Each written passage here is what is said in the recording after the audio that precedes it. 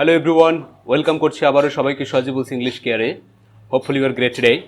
আজকে আমরা ক্লাস নির্ধারণ করেছি প্রিপজিশনের ওপর, one kinds of parts of speech, you know, right? এখন একটা বাক্যকে আপনি বড় করে সুন্দর করে লিখতে হলে অথবা বলতে হলে যেই পার্টস অফ স্পিচটা আপনার কাছে সবচেয়ে বেশি ইম্পর্ট্যান্ট হবে, সেই পার্টস অফ স্পিচের নাম হচ্ছে প্রিপজিশন। কারণ আমরা যখন টেন্সের ক্লাস করেছিলাম তখন আমরা তিনটা জিনিস নিয়ে কাজ করেছিলাম। একটা হচ্ছে বাক্যের সাবজেক্ট, একটা ভার্ব, একটা অবজেক্ট। কিন্তু আপনি যখন কথা বলেন অথবা লিখবেন তখন অবভিয়াসলি আপনার প্রত্যেকটা বাক্যই এই তিনটা শব্দের মধ্যে সীমাবদ্ধ থাকবে না। আপনার বাক্যটা অবভিয়াসলি অনেক বড় হবে। সেক্ষেত্রে আপনি যদি বাক্য বড় করতে চান, যেই জিনিসটার সম্পর্কে আপনার খুব ভালো ধারণা থাকা উচিত, সেই জিনিসটার নাম হচ্ছে প্রিপজিশন। যেমন দেখেন, আমি দুটো এক্সাম্পল লিখেছি, একই সেন্টেন্সের দুটো এক্সাম্পল লিখেছি। আমি হই একজন ছাত্র, এই সেন্টেন্সের যদি আমি ইংরেজি বলতে বলি, বাংলাদেশের 99% স্টুডেন্ট বলতে পারবে I M a student, right? কিন্তু যদি আমি এই সেন্টেন্সটাই একটু বড় করে বলি, আমি হই পাংশা কলেজের মানবিক বিভাগের একজন ছাত্র, সেক্ষেত্রে কিন্তু অনেক স্টুডেন্টই ফেইলার হয়ে যাবে, আবার অনেকেই পারবে। যারা ফেইলার হয়ে যাবে তাদের প্রবলেমটা কোথায় জানেন? তাদের প্রবলেমটা হচ্ছে তারা প্রিপজিশনের প্রত্যয় ভিত্তিক অর্থটা জানে না, এবং প্রিপজিশন দিয়ে কিভাবে বাক্যটা বড় করে সুন্দর করে বলতে হয় এই জিনিসটা তারা জানে না। আমরা আজকের ক্লাসে প্রিপজিশন দিয়ে বাংলা এবং ইংরেজির মধ্যে একটা মিলবন্ধন খোঁজার চেষ্টা করব, এবং আমরা বাক্যকে বড় করে লিখতে পারবো ইনশাল্লাহ। ইনশাল্লাহ ইনশাল্লাহ আমাদের প্রিপজিশনে কোনো ভুল হবে না। এমনকি যারা ইউনিভার্সিটি ভর্তি পরীক্ষায় বসবে, ইউনিভার্সিটি ভর্তি পরীক্ষা যারা দেবে, তাদের জন্য প্রিপজিশনের কিছু কিছু ছোট ছোট খুঁটিনাটি বিষয়ের কনসেপ্টগুলো ইনশাল্লাহ ইনশাল্লাহ ইনশাল্লাহ ক্লিয়ার হয়ে যাবে। যেমন দেখেন, সেন্টেন্স লিখেছি আমি হই একজন ছাত্র। এখানে তিনটা জিনিস রয়েছে, subject, verb, object. Subject, verb, object, right? কিন্তু এখানেও তিনটা জিনিস রয়েছে, সাবজেক্ট, ভার্ব, অবজেক্ট। কিন্তু আরও কিছু অংশ রয়েছে, যেমন হচ্ছে পাংশা কলেজের মানবিক বিভাগের, রাইট? এই অংশটায় আমি হই একজন ছাত্রের সঙ্গে জুড়ে দিতে হবে। কিন্তু আপনি যখন জুড়ে দেবেন, কিসের মাধ্যমে জুড়ে দেবেন? অবভিয়াসলি প্রিপজিশনের মাধ্যমে। যেমন দেখেন, আমি স্টুডেন্টের পরে আমরা এখানে দুটো প্রিপজিশন পেয়েছি, of humanities department of Pangsha college, right? দুটো প্রিপজিশন পেয়েছি, এবং এই দুটো প্রিপজিশনের সঠিক ব্যবহার আমরা এই বাক্যে করেছি। এখন আপনারা কিভাবে যে কোনো ধরনের প্রিপজিশনের সঠিক ব্যবহার আপনারা বাক্যের মধ্যে করতে পারবেন সেটা আমরা একটু দেখব একটা ম্যাজিক সার্কেলের মাধ্যমে, রাইট?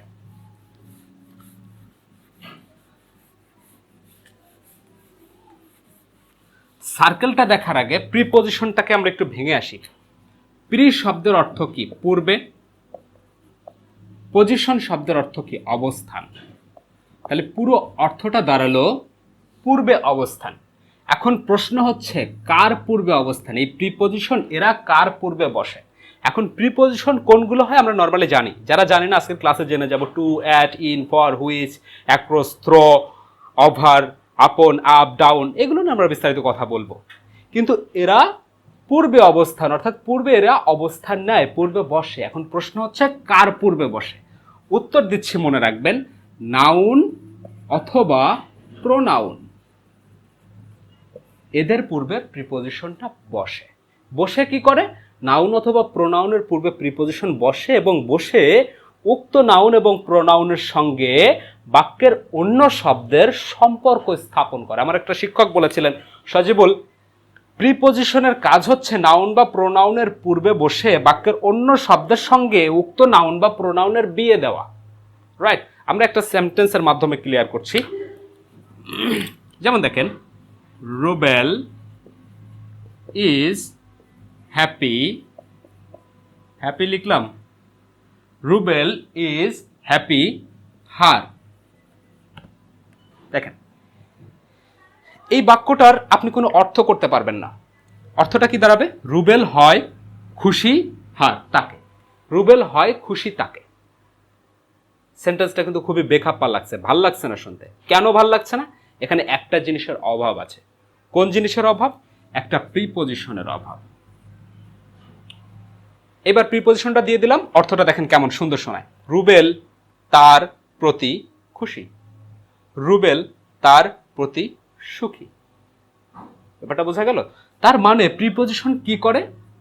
প্রিপজিশন কোনো নাউন বা প্রোনাউনের পূর্বে বসবে এবং বসে এই নাউন বা প্রোনাউনের সঙ্গে অন্য শব্দের মধ্যে একটা সম্পর্ক স্থাপন করবে। বোঝা গেল ব্যাপারটা? তাহলে কি দাঁড়ালো? প্রিপজিশন কোনো নাউন বা প্রোনাউনের পূর্বে বসবে, বসে অন্য শব্দের সঙ্গে সম্পর্ক স্থাপন করবে। এটা হচ্ছে প্রিপজিশনের কাজ। এখন আমরা বিভিন্ন ধরনের প্রিপজিশন নিয়ে কথা বলবো।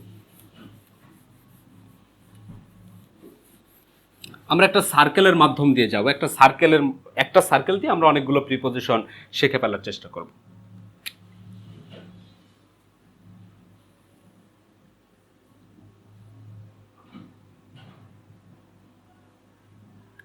আপনি যদি এই টোটালটাকে একটা অবজেক্ট হিসেবে চিন্তা করেন, একটা বস্তু হিসেবে চিন্তা করেন, এই বস্তু দিয়ে আমরা প্রিপজিশনগুলো বসানোর বা শেখার চেষ্টা করছি।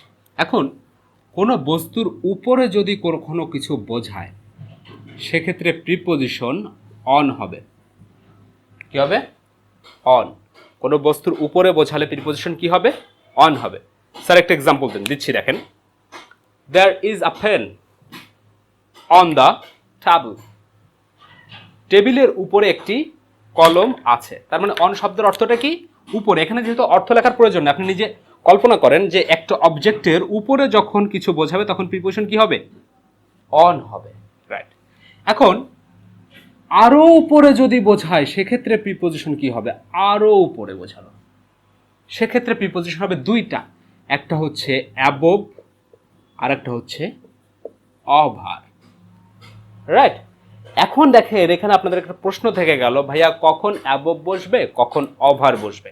সেক্ষেত্রে উত্তর করছি, দেখেন ওভারের পাশে আমি একটা মোশন চিহ্ন দিয়ে দিলাম, অর্থাৎ গতি। উপরে বোঝালো কিন্তু গতি থাকলো, সেক্ষেত্রে প্রিপজিশন ওভার বসবে। কিন্তু উপরে বোঝালো কিন্তু স্থির থাকলো, সেক্ষেত্রে প্রিপজিশন অ্যাবভ বসবে। যেমন দেখেন, ফ্যান আমাদের মাথার উপর ঘুরছে।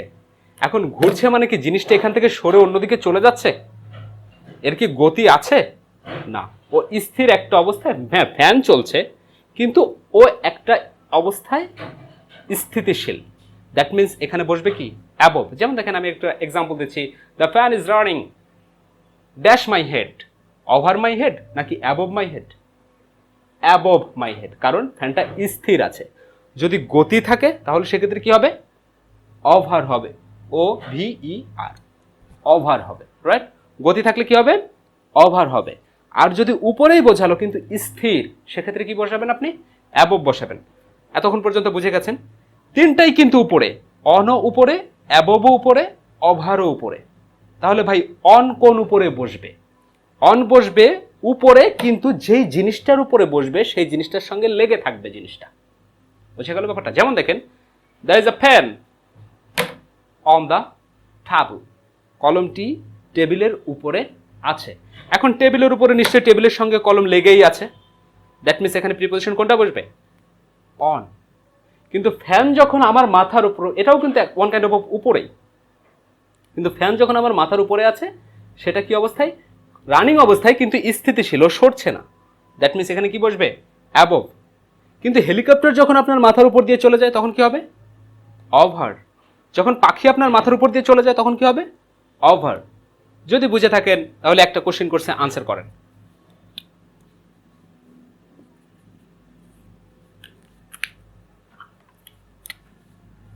The dog has jumped dash the wall. একটু আনসার করার চেষ্টা করেন, এখানে প্রিপজিশন কি হবে? অন হবে, অ্যাবভ হবে নাকি ওভার হবে? সিকোয়েন্স বোঝার চেষ্টা করেন, সিকোয়েন্স বোঝার চেষ্টা করেন। The dog has jumped dash the wall. কি হবে? ওভার হবে। কেন হবে? কারণ কুকুর যখন ওয়ালের উপর দিয়ে জাম্প করছিল তখন সে ওয়ালের সঙ্গে নিশ্চয়ই তার পা লেগে গেছিল, এমনটা না? রাইট। দ্যাট মিনস এখানে প্রিপোজিশন কি হবে? ওভার হবে। তাহলে তিনটা বিষয়ের একটা রিভিউ দিন। অন হচ্ছে উপরে কিন্তু লেগে থাকবে, আবারও উপরে কিন্তু স্থিতিশীল অবস্থায় থাকবে, দুঃখিত অ্যাবভও উপরে স্থিতিশীল অবস্থায় থাকবে, আর ওভার উপরে কিন্তু এটা গতি থাকবে, মোশন থাকবে। ক্লিয়ার? রাইট। এবার আসেন আমরা একটু নিচের দিকে যাই।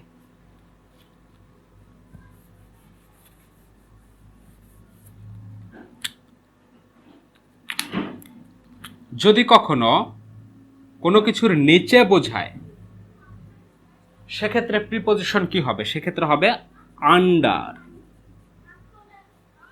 যেমন my pet is sleeping under the bed. বিড়ালটি, আমার বিড়ালটি, সে কোথায় ঘুমাচ্ছে? বিছানার নিচে। আন্ডার দ্য বেড, বিছানার নিচে। এটা সবাই বোঝা গেল। যদি পাশে হয় সেক্ষেত্রে প্রিপোজিশন বসবে বিসাইড। যদি পাশে হয় সেক্ষেত্রে কি বসবে? বিসাইড। পাশে হলে কি? বিসাইড। মুখস্থ করার চেষ্টা করেন এবং প্রথম থেকে অবশ্যই কোনোটা ছেড়ে আসবেন না, সব মাথার ভিতর রাখার চেষ্টা করবেন। প্রিপোজিশন পূর্বে অবস্থান, কার পূর্বে? নাউন বা প্রোনাউনের পূর্বে। কি করে? নাউন বা প্রোনাউনের সঙ্গে অন্য শব্দের সম্পর্ক স্থাপন করে। অন শব্দের অর্থ উপরে, কিন্তু লেগে থাকবে অ্যাবভ এবং ওভার, এই দুইটার মানে উপরে, কিন্তু অ্যাবভটা উপরে থাকবে কিন্তু স্থির, আর ওভারটা উপরে থাকবে কিন্তু গতি। নিচে কি? আন্ডার। পাশে কি? বিসাইড। বিসাইড এক্সাম্পল দিচ্ছি, there is a pond beside Pangsha government college. Pangsha সরকারি কলেজের পাশে একটা পুকুর আছে, পাশে। যদি এরকম উপরে হয় সেক্ষেত্রে আপ, এখানে ডাউন। রাইট? দরজার উপরের দিকে একটা পেরেক পোতো, আপ। নিচের দিকে ডাউন। যদি বাইরে হয় সেক্ষেত্রে প্রিপোজিশন আউট বসবে। He is the player out of team. Right? সে টিমের বাইরের প্লেয়ার। বাইরে হলে প্রিপোজিশন কি বসবে? আউট। এখানে কিন্তু চিত্রে বোঝা যাচ্ছে, আমি কোনোটা শব্দের অর্থ লিখছি না। যদি আপনার অর্থ প্রয়োজন হয় তাহলে পজ করে খাতায় একটু লিখে রাখবেন। এবং একটা কথা আমি বলি যে অবভিয়াসলি আমার ক্লাসগুলো যারা করবেন তারা অবভিয়াসলি খাতা কলম সাথে নিয়ে বসবেন। রাইট? ওকে। এবং ভিডিওটি অবশ্যই সবার মাঝে ছড়িয়ে দেবেন। রাইট? তাহলে কি বললাম? অন উপরে, অ্যাবভ উপরে, ওভার উপরে। অন লেগে থাকবে, অ্যাবভ উপরে স্থিতিশীল অবস্থায় থাকবে, ওভার মোশন গতি থাকবে, আন্ডার নিচে, পাশে বিসাইড, উপরে আপ, নিচে ডাউন এবং বাইরে আউট। রাইট? এবার দেখেন যদি ভেতর দিয়ে চলে যায় সেক্ষেত্রে প্রিপোজিশন কি হবে? ভাইয়া বুঝি নাই, ভেতর দিয়ে যায় মানে? যেমন দেখেন একটা বাক্যের সঙ্গে আপনারা সবাই পরিচিত আছেন যে কি, as soon as the teacher entered into the classroom the students stood up. শিক্ষক ক্লাসে প্রবেশ করতে না করতেই ছাত্রছাত্রীরা উঠে দাঁড়ালো। রাইট? এখন যখন আপনি কোনো এগ্রিমেন্টে প্রবেশ করেন অথবা কোনো ডিসকাশনে প্রবেশ করেন, হয়তো আপনি আপনার অফিসে আপনার ক্লায়েন্টরা বসে আছে তাদের সঙ্গে আলোচনা করবেন, অথবা আপনি ক্লাসে ঢুকলেন ক্লাস করার উদ্দেশ্যে, অথবা শিক্ষক ক্লাসে ঢুকলো লেকচার দেওয়ার উদ্দেশ্যে। রাইট? সেক্ষেত্রে প্রিপোজিশন বসবে ইনটু। আমি ইনটুটা এই জায়গায় লিখলাম, একটু বাইরে লিখলাম, একটু ভিতরে, অর্থাৎ প্রবেশ মুহূর্তে এখানে প্রিপোজিশন বসবে কি? ইনটু। কিন্তু যখন আপনি প্রবেশ করেছেন তখন প্রিপোজিশন বসতে পারে ACCROSS, across, through, THROUGH, through. Across কখন হয়? থ্রো কখন হয়? এই জায়গায় একটা এক্সাম্পল দিচ্ছি। যেমন দেখেন ক্লাস 2 অথবা 3-তে এরকম একটা লাইন আছে, ওয়ান্স আপন এ টাইম, একদা একটা সময়ে দুই বন্ধু ছিল, once they were passing through a jungle, একবার তারা জঙ্গলের ভেতর দিয়ে যাচ্ছিল, হঠাৎ করে একটা ভাল্লুক চলে আসলো। রাইট? আচ্ছা, এই গল্পের সঙ্গে আমরা সবাই পরিচিত, কিন্তু এখান থেকে কিন্তু আমরা একটা প্রিপোজিশন শিখতে পারি। কেমন? যখন দুই বন্ধু, once they were passing through a jungle, একবার তারা জঙ্গল অতিক্রম করছিল বা জঙ্গলের ভেতর দিয়ে তারা ঘুরছিল, তখন দুই বন্ধু যখন জঙ্গলের ভেতরে ছিল ওখানে একটা প্রিপোজিশন ইউজ করা হয়েছিল। কোনটা? থ্রো। রাইট? এখন জঙ্গলের ভেতর দিয়ে যখন তারা ঘুরছিল নিশ্চয়ই তাদের এরকম চিন্তা ছিল না যে আমাদের দ্রুত, খুব এরকম গতিও ছিল না, তারা খুব দ্রুত দৌড়াচ্ছিল না। রাইট?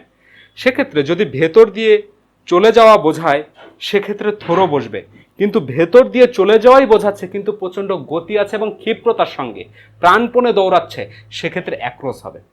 একটা সুইমিং পুলে কি একজন সাঁতার দিল এবং প্রতিযোগিতার সাঁতার, এবং সে খুব প্রাণপণ চেষ্টা করছে খুব দ্রুত যাওয়ার জন্য, সেক্ষেত্রে অ্যাক্রস বসবে। বোঝা গেল ব্যাপারটা?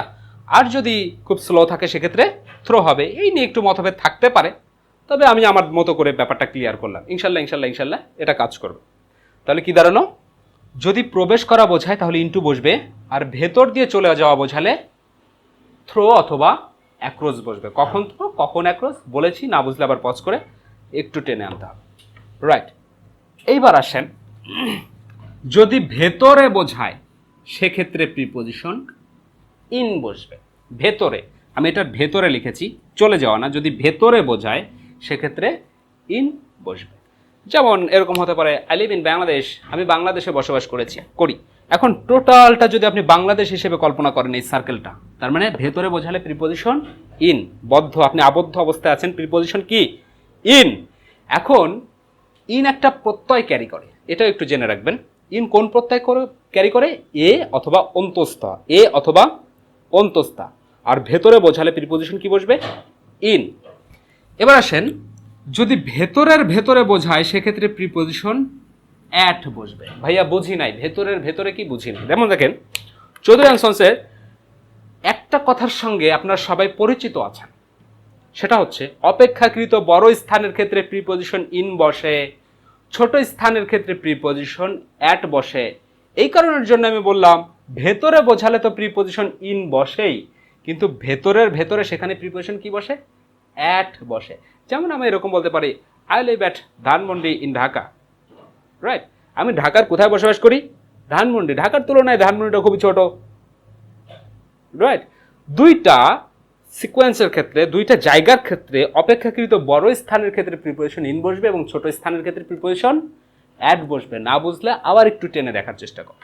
রাইট, তাহলে আবার দেখেন আমরা এখানে কতগুলো প্রিপোজিশন পাইলাম? 1, 2, 3, 4, 5, 6, 7, 8, 9, 10, 11, 12, 13টা। আমরা কিন্তু একটা সার্কেলের মাধ্যমে আমরা 13টা প্রিপোজিশন সম্পর্কে একটা কনসেপ্টেশন পেলাম। এবার আমি একটু সার্কেলের বাইরে যাওয়ার চেষ্টা করছি। সার্কেলের বাইরে যাদের প্রয়োজন অবশ্যই খাতায় লিখে রাখবেন। এ ঠিক একইভাবে আঁকালে হবে, অথবা আপনি যেভাবে বোঝেন সেভাবে যদি খাতায় একটু নোট করে রাখেন, ইনশাল্লাহ যখন ভিডিও থাকবে না, ক্লাস থাকবে না, সজীবুল স্যারকে পাওয়া যাবে না। যখন আপনি নেটওয়ার্কের বাইরে আছেন তখন যেন খাতা দেখলে পাওয়া যায়। রাইট, ওকে। এবার আসেন, আমি সার্কেলটা মুছে দিয়ে সার্কেলের বাইরে কিছু প্রিপোজিশন নিয়ে কথা বলার চেষ্টা করছি।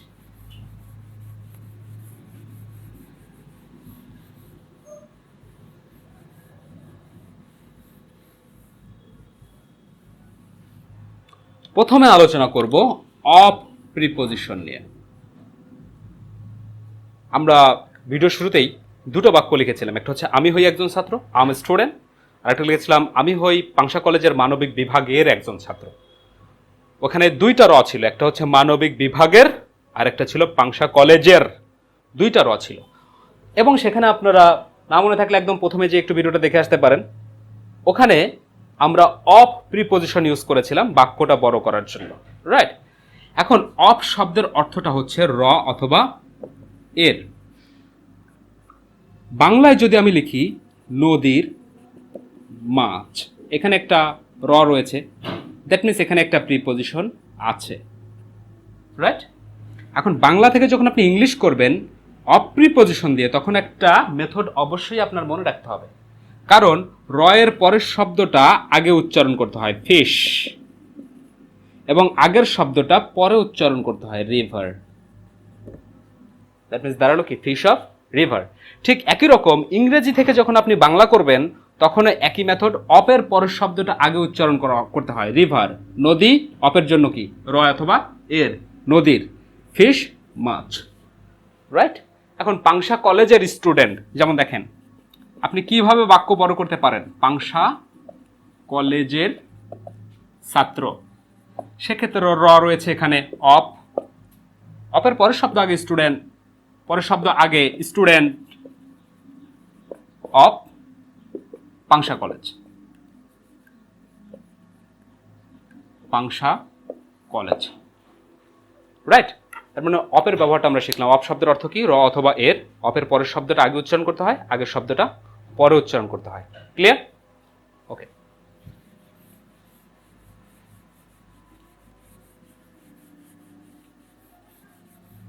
এবার আমরা দুইটা প্রিপোজিশন একসঙ্গে শিখব।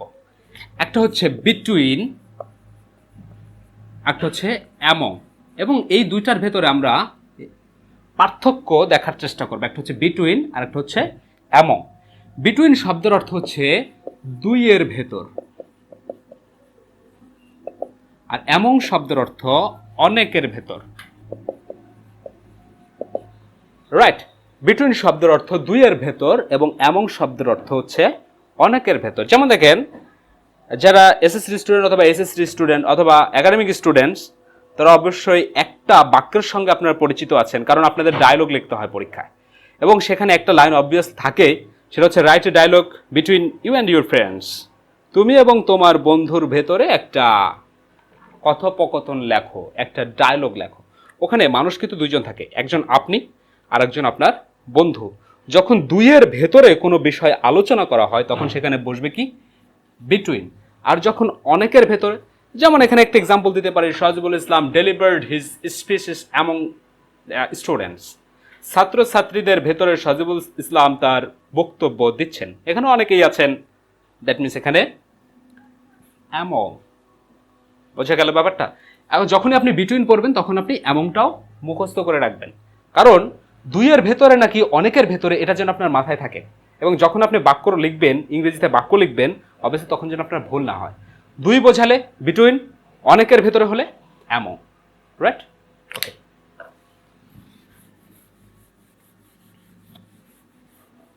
এবার আসেন আমরা একটা সরল লেখার মাধ্যমে তিনটা প্রিপোজিশন শেখার চেষ্টা করব। একটা সরল লেখার মাধ্যমে তিনটা প্রিপোজিশন শিখব।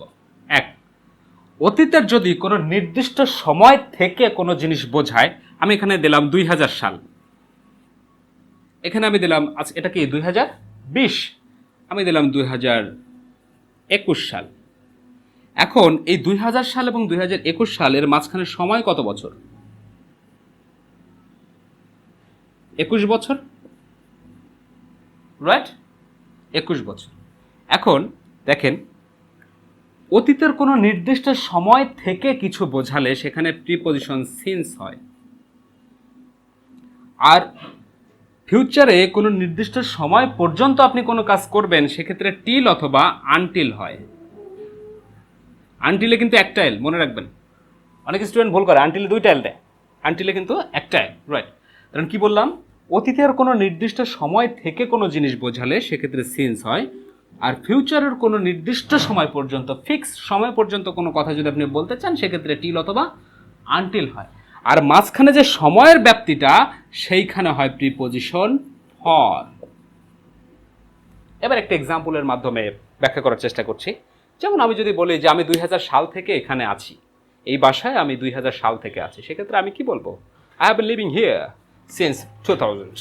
রাইট, আমি 2000 সাল থেকে এখানে বসবাস করছি। আমি যদি এরকম বলি যে আমি 2021 সাল পর্যন্ত এখানে থাকবো, তারপরে এখান থেকে চলে যাব, সেক্ষেত্রে কি হবে সেন্টেন্সটা? I will have been living here till 2021। আমি 2021 সাল পর্যন্ত এখানে থাকবো, ভবিষ্যতের কোনো নির্দিষ্ট সময় পর্যন্ত বা ভবিষ্যতের কোনো নির্দিষ্ট সময়ের ভেতরে, সেক্ষেত্রে টিল অথবা আনটিল হবে। আর অতীতের কোনো নির্দিষ্ট সময় থেকে সিন্স হবে। এবার দেখেন ফর কোনটা হবে? আমি 21 বছর ধরে এখানে বসবাস করছি, I have been living here for 21 years. আমি এখানে 21 বছর ধরে বসবাস করছি। অথবা তারা, আমি যদি ছোট বাক্য দেই, যেমন তারা 2 ঘন্টা ধরে খেলছে, they have been playing for 2 hours. তারা 2 ঘন্টা ধরে খেলছে। আমি যদি বলি তারা সকাল থেকে খেলছে, সেক্ষেত্রে সিন্স মর্নিং। আমি যদি বলি তারা রাত পর্যন্ত খেলবে, সেক্ষেত্রে টিল। রাইট? ঠিক এভাবে আমরা একটা সরল রেখা দিয়ে আমরা তিনটা জিনিস শিখে রাখতে পারি।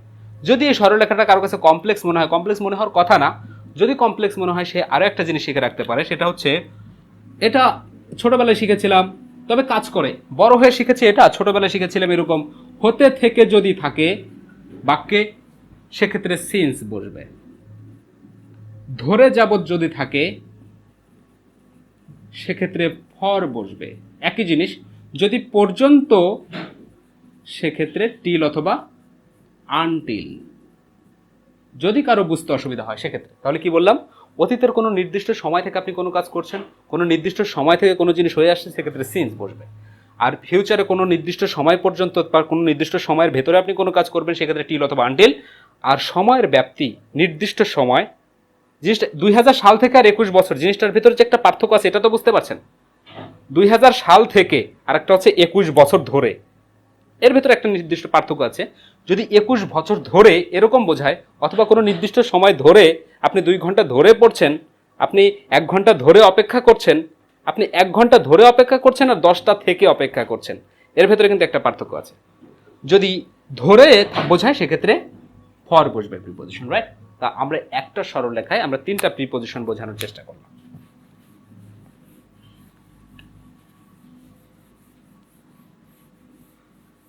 রাইট, এবার দেখেন আমরা কিন্তু অনেকগুলো প্রিপজিশন নিয়ে আলোচনা করেছি, তারপরও একটা জায়গায় একটু ঝামেলা থেকে যায়। সেটা হচ্ছে, ভাইয়া এতক্ষণ তো কথা বললেন প্রিপজিশন নিয়ে, প্রত্যয় ভিত্তিক আলোচনা করলেন, কিন্তু এটা তো কখনো বললেন না ভাইয়া সালের আগে কি হয়, মাসের আগে কি হয়, দিনের আগে কি হয়, ঘন্টার আগে কি হয়, বা গ্রহ উপগ্রহের আগে কি হয়, দেশ মহাদেশের আগে কি হয়। এরকম আপনারা বিভিন্ন জায়গা থেকে ছোট ছোট ছোট ছোট করে মুখস্থ করেছেন। আজকে এই জায়গায় কোন প্রিপজিশন হয়, 2টা কনসেপ্ট থেকে এই জায়গাগুলোকে আমরা একটু আলাদা করব, এবং ইনশাল্লাহ ইনশাল্লাহ ইনশাল্লাহ আপনি কখনো আর ভুলবেন না। রাইট, 2টো জায়গা আমি একটু চিন্তা করি, আমি 2টা করলাম। একটা হচ্ছে টাইম, সময়ের ক্ষেত্রে 3টা প্রিপজিশন নিয়ে কথা বলবো। আর একটা হচ্ছে প্লেস, স্থানের ক্ষেত্রে আমরা 3টা প্রিপজিশন নিয়ে কথা বলবো, সিরিয়ালি, গ্র্যাজুয়ালি। ইনশাল্লাহ ইনশাল্লাহ ইনশাল্লাহ আপনার আর ভুল হবে না। রাইট, তো আমরা হচ্ছে প্রথমে যাব অপেক্ষাকৃত বড় সময় থেকে ছোট সময়ের দিকে। রাইট, এখন বড় সময় কোনটা? বড় সময় আমরা ধরে নিচ্ছি শতাব্দী থেকে শুরু করে সপ্তাহ পর্যন্ত।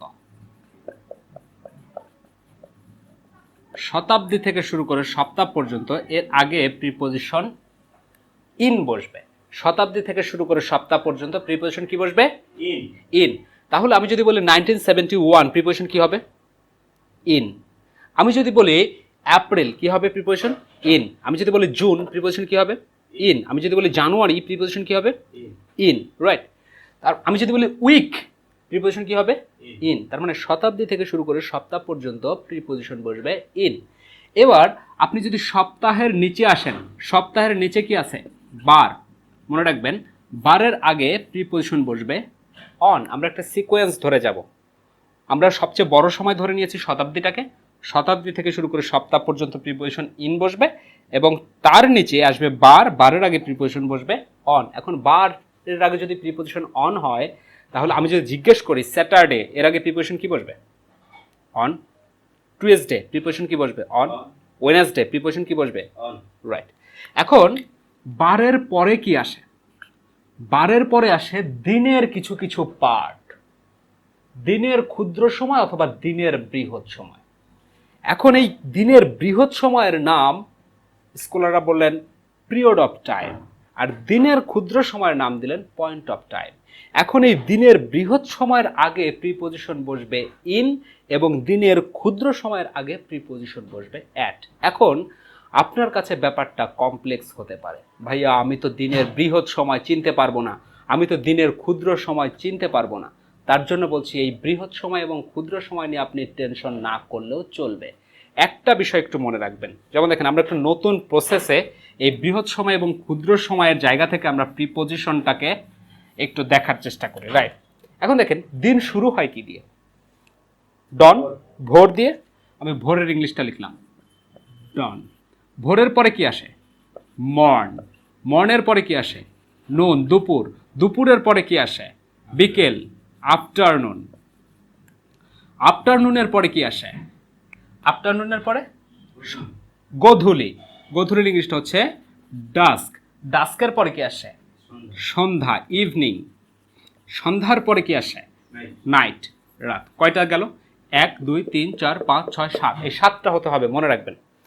এই 7টার প্রথমটার আগে বসবে প্রিপজিশন অ্যাট। এই প্রথমটা যদি আপনি মনে রাখেন তাহলে সবগুলো আপনি জানেন কিভাবে। এরপরে একটা ইন, একটা অ্যাট, একটা ইন, একটা অ্যাট, একটা ইন, একটা অ্যাট। তাহলে আফটারনুনের আগে প্রিপজিশন কি বসে? ইন। নুনের আগে অ্যাট, ইভিনিং এর আগে ইন, নাইটের আগে অ্যাট। তাহলে ব্যাপারটা কি দাঁড়াবে? আপনার ভুল হবে না, কখনো ভুল হওয়ার কোনো চান্স নাই। এখন আপনি যদি মুখস্থ করেন দিনের বৃহৎ সময়ের আগে প্রিপজিশন ইন বসে, দিনের ক্ষুদ্র সময়ের আগে প্রিপজিশন অ্যাট বসে। এখন এই বৃহৎ সময় এবং ক্ষুদ্র সময় চিনতে চিনতে আপনি শেষ হয়ে যাবেন, প্রিপজিশন চেনা হবে না। রাইট, মুখস্থ রাখবেন, শুধু ডনটা মুখস্থ রাখবেন। এখন কেউ যদি বৃহৎ সময় এবং ক্ষুদ্র সময় দিয়ে অ্যানালাইসিস, ব্যাপারটাকে একটু অ্যানালাইসিস করতে চায়, তাহলেও কিন্তু করা যাবে। কথাটা কিন্তু সত্য, মিথ্যা না। যেমন দেখেন, ডন খুব অল্প সময় থাকে, অ্যাট পয়েন্ট অফ টাইম খুবই অল্প সময় থাকে, অ্যাট বসে। মর্ন অনেক সময় থাকে, ইন বসে। নুন অল্প একটু সময় থাকে, অ্যাট বসে। আফটারনুন দুটোর পরের থেকে শেষ গধূলির আগ পর্যন্ত অনেক সময়, ইন বসে। ডাস্ক অল্প একটু সময় থাকে, যেখানে অল্প সময় সেখানে কিন্তু অ্যাট। ইভিনিং, এইখানে ভাইয়া ঝামেলা হয়ে গেল, ইভিনিং তো ভাইয়া অল্প সময়, তাহলে আপনি ইন দিলেন কেন? সেক্ষেত্রে বলছি, রাত 9টার সময় আপনার সঙ্গে যদি কারো দেখা হয়, আপনি কি তাকে বলবেন হ্যালো গুড নাইট? প্রথম সাক্ষাতে নিশ্চয়ই বলবেন না। গুড নাইট আপনি কখন বলবেন? যখন আপনি ঘুমোতে যাচ্ছেন তখন বলবেন, রাইট?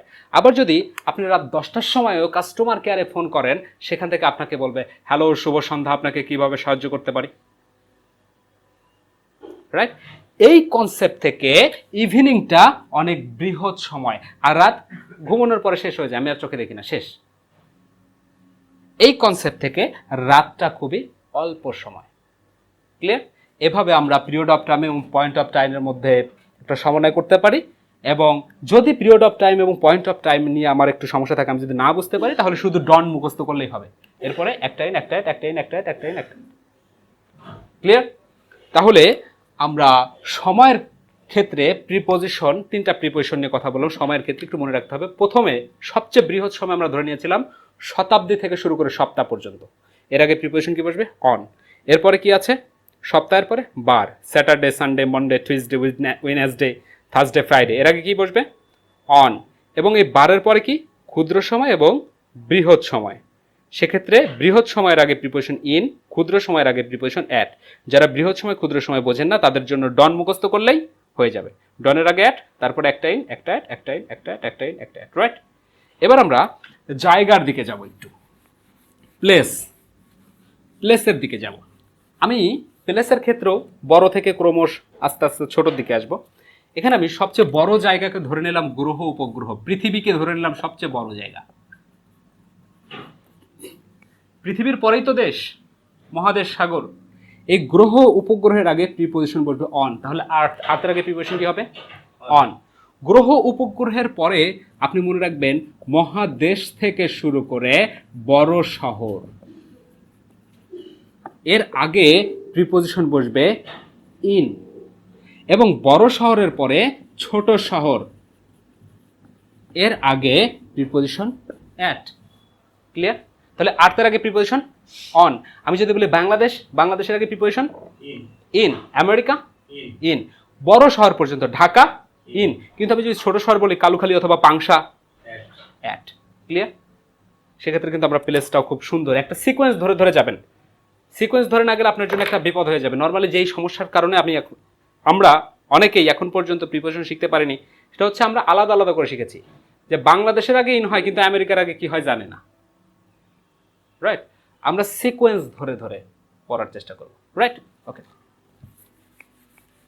এবার আমি চড়া, যেমন আমি যদি আপনাকে প্রশ্ন করি আপনি প্রতিদিন কিসে চড়ে অফিসে আসেন, সেক্ষেত্রে আপনি এরকম বলেন, নয় জার্নি বাই বাস, না হলে রিক্সায় করে আসেন, না হলে বাইসাইকেলে করে আসেন, রাইট? এখন এই চড়ার ক্ষেত্রে 2টা প্রিপজিশন নিয়ে কথা বলবো, একটা হচ্ছে অন আর একটা হচ্ছে বাই, রাইট? এখন কোন কোন যানবাহনের চললে আপনি অন ইউজ করবেন এবং কোন কোন যানবাহনে চললে আপনি বাই ইউজ করবেন, সেক্ষেত্রে বলছি ঘোড়ায় চড়াটা মনে রাখবেন। ঘোড়ায় কি পিঠে চড়ে না? পিঠে চড়ে যে সমস্ত ভেহিকলসে যাতায়াত করা যায়, সেই পিঠে চড়া ভেহিকলসের আগে প্রিপজিশন অন বসবে। পিঠে চড়া মনে রাখবেন, আমি লিখলাম না, খাতায় আপনি লিখে রাখবেন। পিঠে চড়ে অন বসবে। আর যেগুলোর পিঠে চড়া যায় না, ভেতরে বসতে হয়, সেক্ষেত্রে প্রিপজিশন বাই বসবে। তাহলে আপনি বলেন ড্যাশ বাইসাইকেল কি হবে? অন। ড্যাশ রিক্সা কি হবে? On, right? কিন্তু আমি যদি বলি অন হবে, rickshaw on, bicycle on. Dash motor bike কি হবে? পিঠে চড়ি কিন্তু অন হবে। কিন্তু আমি যদি বলি ড্যাশ বাস, আপনি বাসে চলে যান, সেক্ষেত্রে কি হবে? By bus. এক্স্যাক্টলি আমরা বুঝতে পারলাম যে চড়ার ক্ষেত্রে ব্যাপারটা কেমন দাঁড়াবে, রাইট? এইবার শেষ করার আগে একটা ইম্পর্টেন্স প্রিপোজিশন নিয়ে একটু আলোচনা করে ইনশাল্লাহ শেষ করব।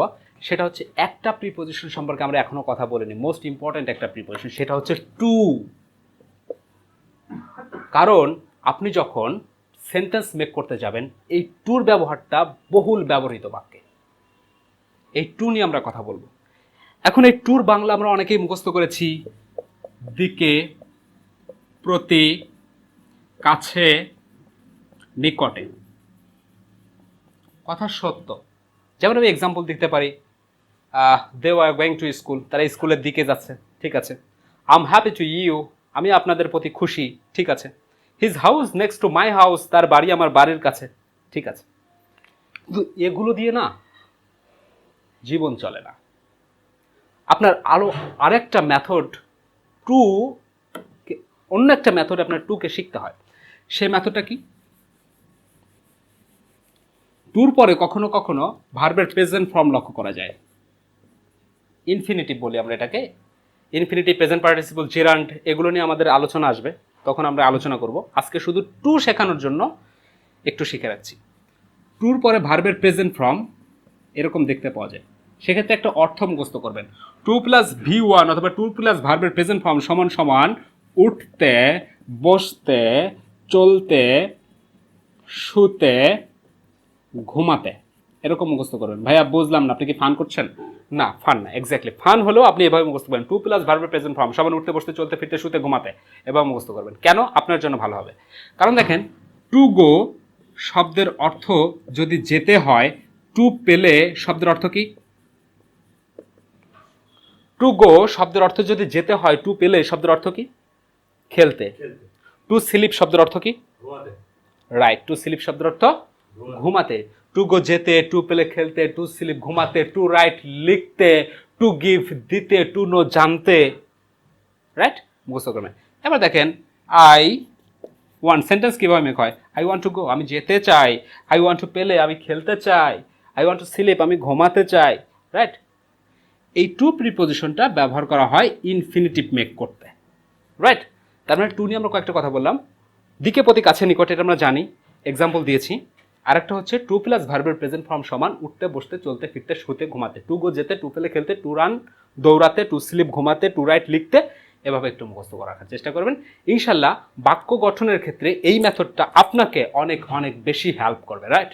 ওকে, আরেকটা ব্যাপার একটু দেখেন, টু যখনই আপনি শেখেন তখনও কোথাও আপনি টু ওয়ার্ডস শব্দটা দেখতে পারেন। টু ওয়ার্ডস শব্দের অর্থ কি?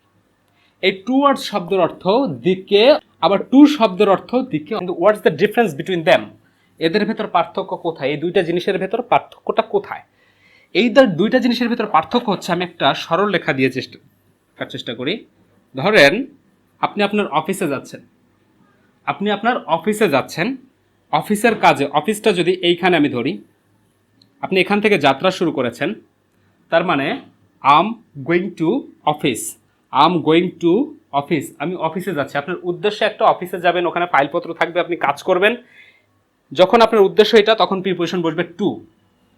কিন্তু আসলে আপনি অফিসে যাচ্ছেন, মানে অফিসের দিকে, অফিস আপনার মেইন বিষয় না। হয়তো অফিসের পাশে একটা মাঠ আছে, আপনি সেই মাঠে খেলতেও পারবেন, অথবা অফিসের সামনে আপনার কোনো বন্ধু আসবে, তার সঙ্গে আপনি দেখা করবেন, একটু গল্প করবেন। কিন্তু অফিস আপনার মুখ্য বিষয় না, কিন্তু আপনি যাচ্ছেন কিন্তু অফিসের দিকেই।